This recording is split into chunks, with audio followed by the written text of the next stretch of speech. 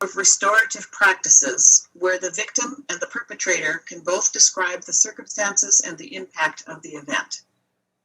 Well, I think it's a very important concept. I think that any time that you can have any kind of healing involved with either the perpetrator or the victim or the community, I think that is extremely worthwhile. I think that is extremely valuable.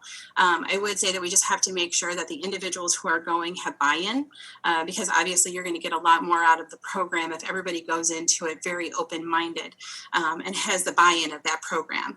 This is a program that we utilized when I was a prosecutor, particularly in juvenile court, to try to have that reconciliation. And when it does work, again, it's extremely valuable. And so I think that it should be attempted. I think that we all benefit when something like that happens.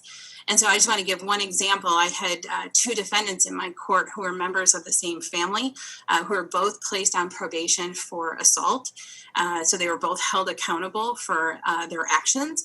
But at the same time, I was approached by both the defense attorney and the prosecutor to ask me how I felt about allowing them to go to a session where they met with an independent third person, a neutral third person, because they were concerned about the ability of these two to reconcile for the sake of their family. And so I really applauded them for coming to me with that idea. I loved the idea of trying it because at the end of the day, when these two are off of probation, again, they're still members of the same family. And we all benefit from if there's any kind of reconciliation there or understanding and bringing them together. So I think it's highly valuable. Okay, thank you. Mr. Banner, same question to you. Thank you. I'm a big believer in restorative practices. And the reason I am such a proponent starts with I've spent a lot of time in juvenile court as well in the victim offender reconciliation program that's utilized with juvenile offenders, in my opinion, has been very healthy and very worthwhile when youthful offenders have to address their actions with the victims of their crime. In addition to that, as president of the board of Northern Community Mediation, we implemented a restorative practices program in Boyne City High School in Charlevoix County and Pellston High School in Emmett County.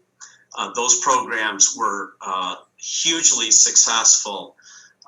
They helped they took a lot of burden off the school system, the principals, the vice principals, issues of truancy, bullying, poor behavior, disrespect for teachers was very well handled. And in Boyne City High School, when our pilot program concluded, they loved the program so much, they hired a person to do restorative practices as a full-time position in the high school. So I firmly believe in restorative practices, and there are certain circumstances where it's excellent.